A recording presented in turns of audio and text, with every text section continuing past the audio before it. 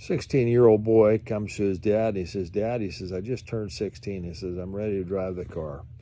His dad says, well, wait a minute, son. He says, sit down. We got to have a talk. What, Dad? He says, well, he says, your grades are horrendous.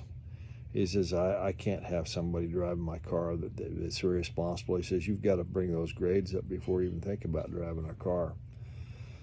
And he says, you treat people, you treat especially our family just horrible. You just are very arrogant and you're just not very nice. That's going to equate to road rage.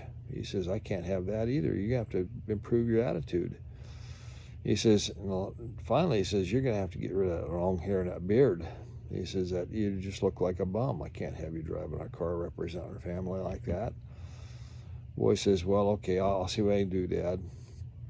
About a month and a half later, the young man comes to his dad. He says, Dad, he says, I'm ready for the car. Can I have the keys? He says, well, let's sit down here and talk about this. He says, well, Dad, you saw my grades, didn't you? He says, well, yeah. He says, I was rather surprised to see all your good grades.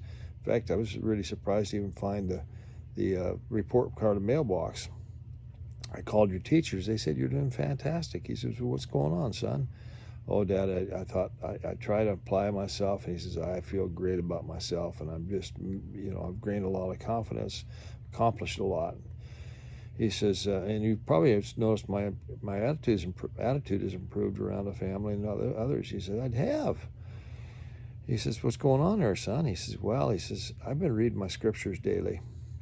He says, I've been trying to do like Jesus would do and treat people kindly.